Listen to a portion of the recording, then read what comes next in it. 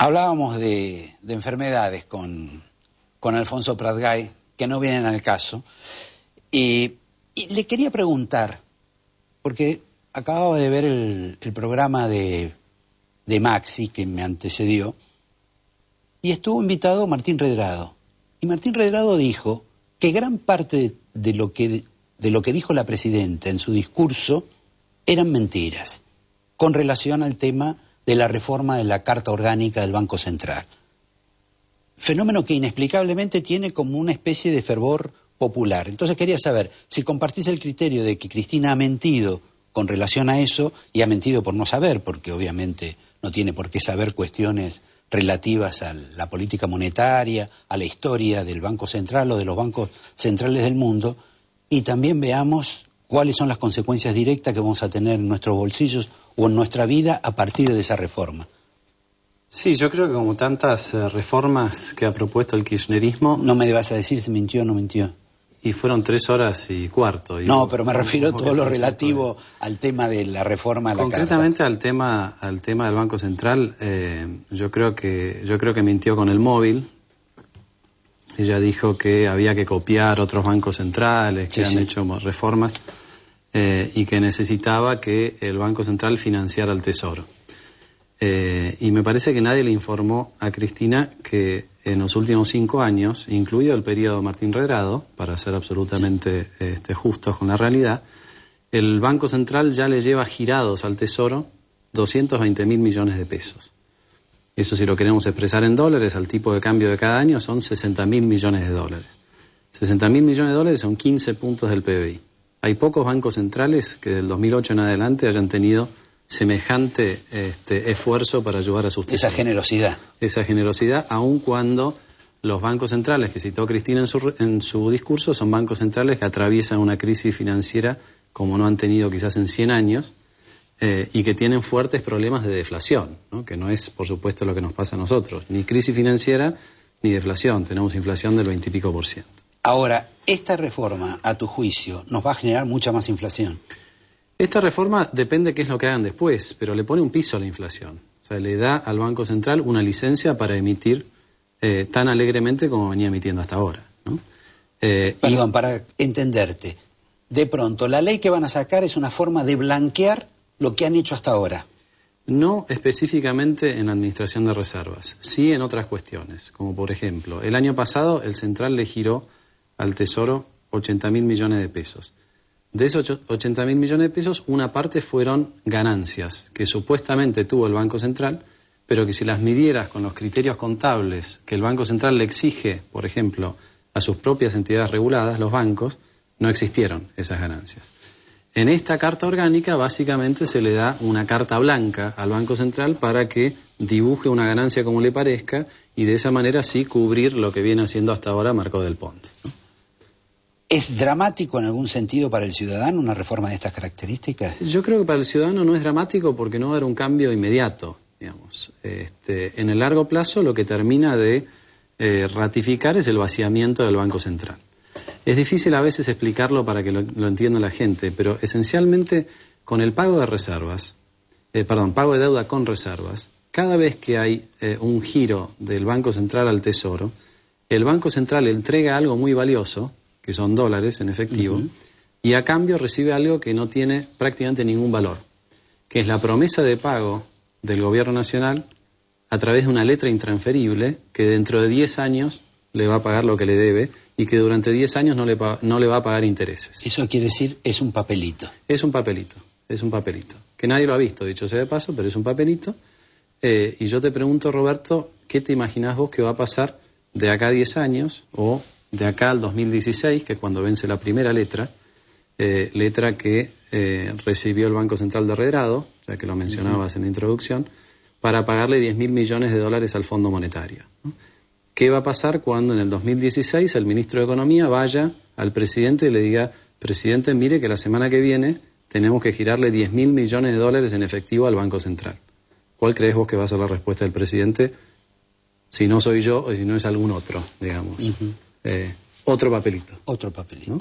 Entonces, esencialmente lo que hace esta ley es perpetuar el esquema a través del cual el Tesoro se queda con todas las reservas a cambio de papelitos. O sea que es como empieza a ser como una especie de figura decorativa el Banco Central, cuando uno tenía una imagen de que el Banco Central argentino se podía parecer al Bundesbank, que además no solo tiene edificio aparte, sino que es medianamente independiente de la organización política. Yo creo que, más que eso es el vaciamiento de lo que había y lo que hay en el Banco Central. Así como se vaciaron las reservas de gas y las reservas de petróleo, y por eso tenemos los problemas que tenemos ahora, así como no se hizo nada con ferrocarriles o con la infraestructura vial, básicamente lo que se utilizó se fue gastando el capital acumulado, ¿no?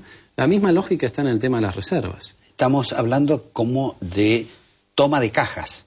Sí, toma de cajas. ¿Esta es la última caja que queda o es una más en la lista? Bueno, la otra grande que queda es la del ANSES, ¿no? Que ya se está utilizando, a pesar de que no se demuestra del todo, pero es la otra grande que queda, ¿no? La diferencia es que el Banco Central, como bien sabes y como lo sabe la gente, es el encargado de velar por la estabilidad de la moneda, entre otras cosas. Sí. Entonces, digamos que lo hace más o menos. Bueno, si el encargado de garantizar el valor de la moneda es insolvente, vale decir, tiene en su activo, respaldando el pasivo, papelitos que no valen nada, bueno, los argentinos tenemos mucha historia y mucho antecedente de que cuando pasa eso, no confiamos en el peso que circula, ¿no? Y esto es la historia de Argentina durante muchísimos años, ¿no? Durante ahora, 50, dos preguntas con relación a esto. Por un lado, vos me decís que el Banco Central se va a convertir como una especie de cáscara, pero simultáneamente la titular del Banco Central da la impresión de que tiene una mayor discrecionalidad. Absolutamente. Para hacer lo que se le da la gana. Y esta es la gran paradoja, Roberto. La gran paradoja es que yo creo que no hay ningún economista que se hubiera imaginado tener un Banco Central con tanto poder. Si vos vas a la letra de la ley, de lo que quieren discutir esta semana, como bien decís, el Banco Central gana en facultades, gana en ambigüedad de su objetivo. O sea, yo si soy funcionario público, la vida es mucho más sencilla para mí si mis objetivos son ambiguos. Porque sí, entonces después siempre voy a explicar de qué manera no los cumplí, pero digo que los cumplí, ¿no? Y la otra cosa que se le reduce al Banco Central en este caso es la obligación de rendir cuentas. Entonces, la presidenta está muy tranquila porque hoy es Mercedes Marco del Pont. Pero la vida no se agota en el mandato de Cristina o de Máximo o de quien fuera. Pero ella está tranquila porque es ella la que manda a Mercedes Marco. Claro, pero el día de mañana puede ser al revés. El día de mañana el presidente del Banco Central, como presidente de una entidad autónoma, puede tener una visión diferente de la del presidente de la Nación o los ministros. Resulta que le vamos a dar mucho más poder a aquella persona que no fue elegida por el pueblo y que tiene una discrecionalidad enorme para hacer una cantidad de cosas, ¿no? Pero de cualquier modo, como es la política la que, digamos, va a empezar a manejar la política a su vez monetaria, la política como instrumento de los dirigentes políticos, no tiene ningún tipo de problema porque la funcionaria o el funcionario en el Banco Central va a estar, digamos, haciéndole la veña al presidente de turno. No, por eso tu pregunta, si es un cambio dramático en el corto plazo, yo te decía no, es una continuidad. Es una continuidad de un mal esquema que va erosionando el patrimonio Banco Central, va erosionando la inflación y que esencialmente, yo me río cuando dicen que son progresistas. Esto lo que hace es una reforma, una ley, para poner como prioridad al bonista y al Club de París por encima del asalariado. Porque si hacemos el recorrido, el Banco Central compra las reservas con emisión de pesos. Sí. Se da vuelta y le da las reservas al Tesoro a cambio de un papel que no vale nada. Entonces, en su balance lo que quedó fue un papel que no vale nada y la obligación o el pasivo de la emisión monetaria. Al final del día lo que se hizo fue se pagó deuda con emisión. Y cuando esa emisión es muy alta, se paga deuda con inflación.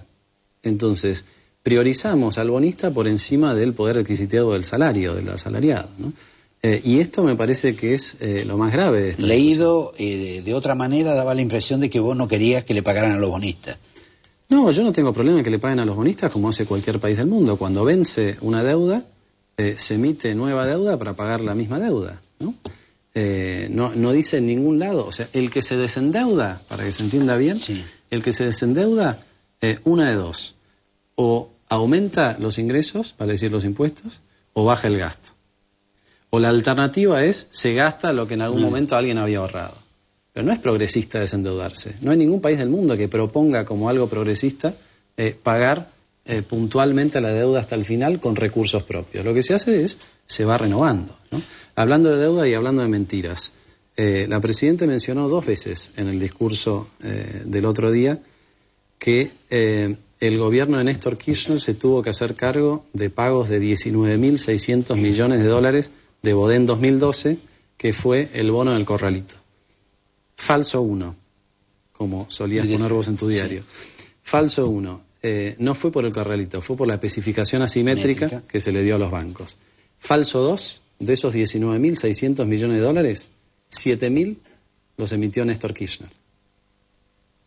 Entonces, vos fijate, en la construcción del relato, no tiene nadie al lado que le recuerde hasta la memoria más cercana, ¿no? Después los compró Chávez, ¿te acordás? Ese rulo claro, que hacía Chávez con el control de capitales. Bueno, casi un poco más de la tercera parte de los Bodén, de los que ella se victimiza que tiene que pagar, los emitió su marido, ¿no?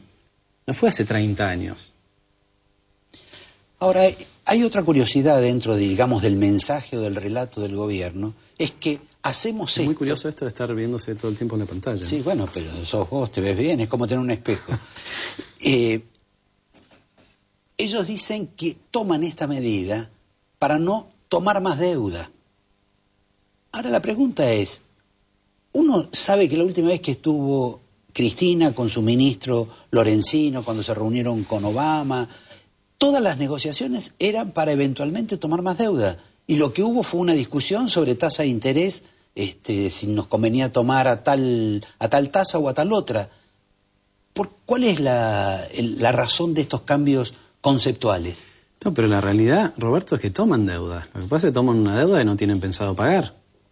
Así es muy fácil, ¿no? Si yo tomo una deuda que después voy a hacer pito catalán y no la pago, entonces, bueno, no me hago cargo yo. En algún momento alguien la va a tener que pagar. O sea, esta película ya la vimos en la historia. Cuando se hicieron algunas cuestiones con emisión monetaria, bueno, eventualmente eso hubo que pagarlo. Cuando el gobierno emite una letra intransferible, aumenta el pasivo, no es que cae el pasivo. Entonces, si vos mirás bien el desendeudamiento, es otra falsedad, falso 3, ponele si querés. Desde que Argentina canjeó su deuda en el 2005, a pesar de que según el gobierno todos los años hubo superávit fiscal, con excepción del año pasado, la deuda subió. Todos los años subió la deuda. Ni tampoco fue la quita tan histórica como la que dice Cristina. Bueno, eso da para otro programa entero. Para otro programa no entero. Programa, sino un programa entero. Yo te voy a despedir, lamentablemente me quedaron temas más concretos, pero... Queda para la próxima. Yo hice los deberes y te traje un regalo esta vez. ¿Sí? Bueno, te lo voy a agradecer. Te traje un regalo, un caramelo de vidrio. Ah, muy bien. Sí. Esto es como la reforma del Banco Central. Y claro, se parece, porque vos fíjate, si te lo comes, no lo tenés más. La ventaja de tener un caramelo de vidrio es que lo tenés siempre. Bueno, por lo menos va a servir para decoración de ustedes y no sé, lo pondremos en un sobre que firmará él para como recuerdo. Es de Murano, así que no es poca cosa. Bueno, un recuerdo de Venecia. Los espero en un minuto con Pablo Rossi, que también tiene algunos falsos 3, 4, 5 para decir, como nuestro invitado Pradgay. Muchas gracias. Gracias, Roberto. Hasta la próxima.